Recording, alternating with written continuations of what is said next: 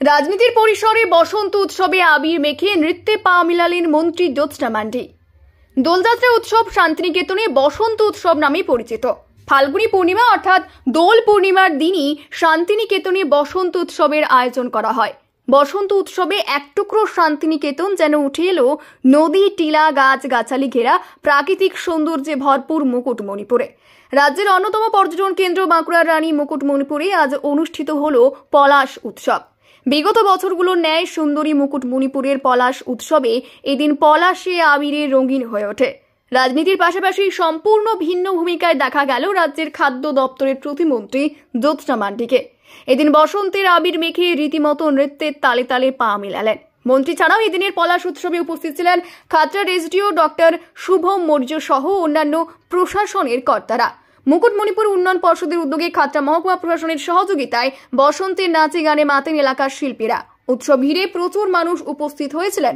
পর্যটকদের বাড়তি পাওনা ছিল এদিনের এই পলাশ উৎসব। একে অপরকে রাঙিয়ে তুলে উপস্থিতের সংখ্যা।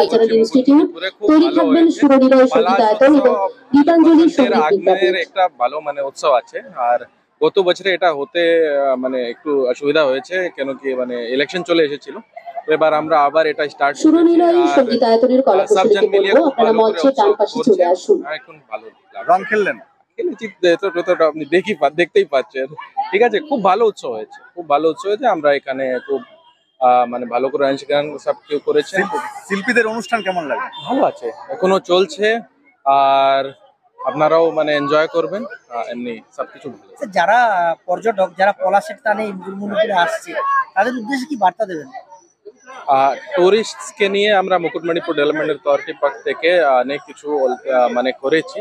তো এখন তো টুরিস্ট সিজন একটু শেষ দিকে চলে এসেছে, কিন্তু পলাশ উৎসব এখনো টুরিস্ট নিয়ে একটা ভালো অনুষ্ঠান মতো আছে। আমরা এখানে ওনাদেরকেও সবাইকে অলরেডি বলা আছে কি আপনারাও প্রতিস্পর্ধা এখানে ভাগ নিতে পারে।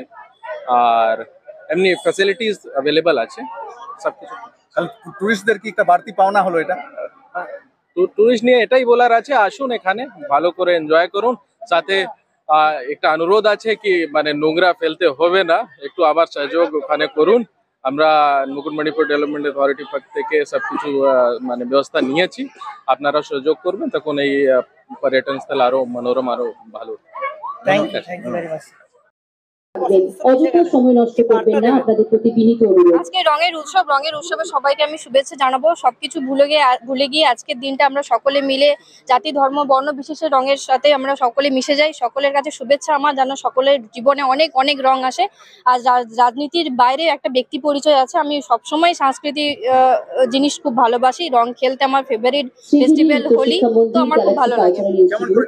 আমি প্রত্যেক বছর উদ্বোধনী নৃত্যের মাধ্যমে শুরু করি এবং সারাদিন ডান্স, হোলি, রং খেলা এগুলোই আমাদের প্রত্যেক বছরই চলে। আর কি পরিকল্পনা রয়েছে?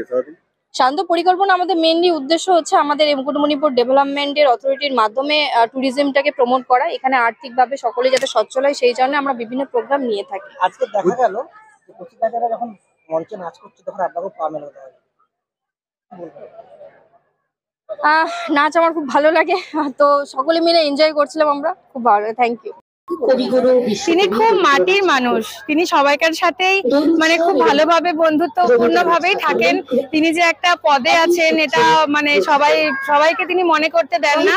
আমাদের সাধারণ মানুষের মতোই তিনি আমাদের কাঁধে কাঁধ মিলিয়ে আজকে আমরা রঙের খেলায় মত্ত হয়ে উঠেছি, মেতে উঠেছি। হ্যাঁ, খুব ভালো লাগছে, কারণ আমরা জানতাম না এরকম প্রোগ্রাম হবে এখানে। তো এটা একটা বাড়তি পাওনা। এখানে এসে আমরা জানতে পারলাম, কালকেই খবর পেলাম যে এখানে যখন সাজাচ্ছে তখন বুঝলাম প্রোগ্রাম হবে। তো এটা খুবই ভালো লাগছে এবং এটা একটা উপরি পাওনা, কারণ এরকম প্রোগ্রাম তো ধরে আমরা কলকাতায় থাকলে দেখার সুযোগ থাকে না। তো এটা একটা আলাদাই রকমের। স্কুল কলেজের না, আগে কোনোদিন আসলে স্কুল কলেজের স্টুডেন্টরা এসছে, ছৌ নাচের শিল্পীরা এসছে, ট্রাইবাল লোকজন এসছে, তো খুব ভালো লাগছে। খুব হ্যাঁ হ্যাঁ ছোঁয়া লাগছে এখানে মুকুটমণিপুরে পলাশ উৎসবে এসে? খুবই ভালো। শান্তিনিকেতন তো গেছি, তবে এইরকম টাইমে যাইনি। এর আগে যখন গেছি শান্তিনিকেতন এই সময় যেতে পারি, কিন্তু এবার প্রথম মুকুটমণিপুরে দোলের সময় এলাম, তো এখানে একটা আলাদাই অভিজ্ঞতা হলো, খুবই ভালো লাগছে। যেমন শুনেছিলেন হ্যাঁ দেখতে হ্যাঁ সেরকমই কি মনে হচ্ছে? সেরকমই বলেছে। আর পলাশ তো মানে